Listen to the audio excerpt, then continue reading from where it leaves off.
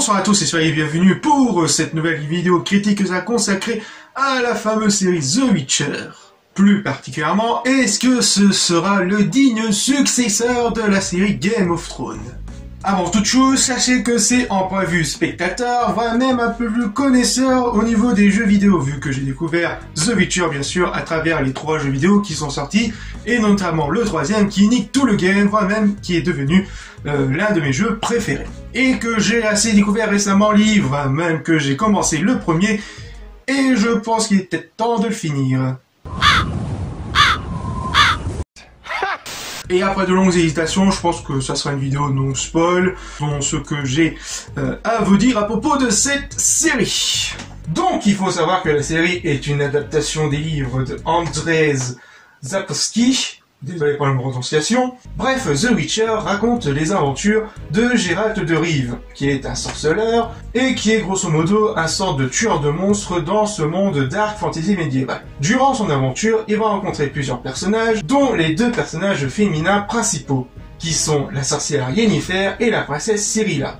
Et comme vous l'aurez deviné, la série va se concentrer sur ce trio bien particulier et qui va, au fur et à mesure, changer le destin de ce monde dark fantasy. Pour moi, la série a des hauts et des bas. Je vais commencer par les hauts qui sont beaucoup plus évidents et que pour moi qui sont vraiment essentiels à ma critique. Je vais commencer par bien sûr les très bons points, voire même le très bon point qui est pour moi essentiel à la série, c'est bien sûr au niveau de sa musique.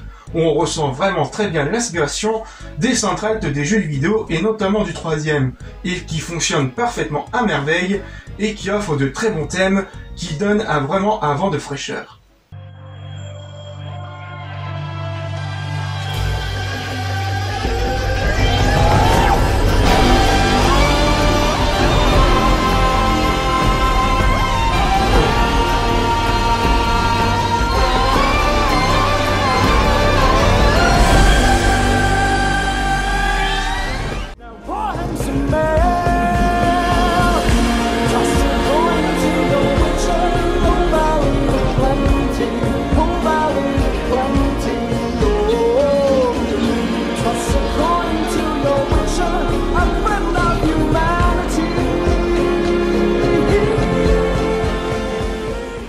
Côté réalisation et de mise en scène, c'est assez bien foutu. Elle réussit très bien à nous mettre dans cette ambiance salle du Moyen-Âge et qui montre vraiment aussi ce côté fantasy et horreur. Côté des acteurs, Henry Cavill qui interprète très bien le personnage de Geralt et qu'on reconnaît très bien ses petites mimiques ou encore son caractère bien particulier à Geralt. L'actrice Anya Chawoltra est magnifique en tant que Yennefer. On reconnaît très bien le personnage, qu'on retrouve très bien aussi dans les jeux vidéo. Et je n'ai rien d'autre encore à ajouter, tout comme l'actrice qui joue Ciri. Bref, un casting qui tient vraiment toutes ses promesses. Vraiment que certains acteurs ne se marient pas vraiment avec le personnage. Je vais prendre par exemple l'actrice de Triss Merigold. Je dois dire qu'elle est parfaitement incrustée dans l'épisode 3. Mais même si je pense qu'ils auraient pu changer une autre actrice, j'aurais toujours du mal avec ce personnage. Mais dans la série, c'est vraiment pas trop ça et on ressent pas vraiment la même saveur. Même si je dois admettre qu'elle joue parfaitement son rôle. Pour moi, l'autre bon point qui est beaucoup plus intéressant, c'est bien sûr la chimie qu'il y a entre ces personnages.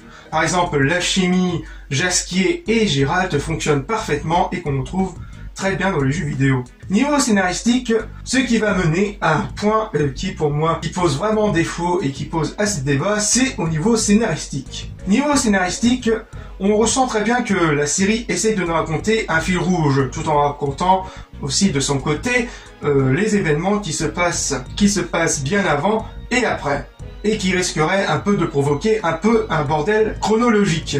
Pour certaines personnes, même moi qui ai dit oh, je suis un peu perdu par moment.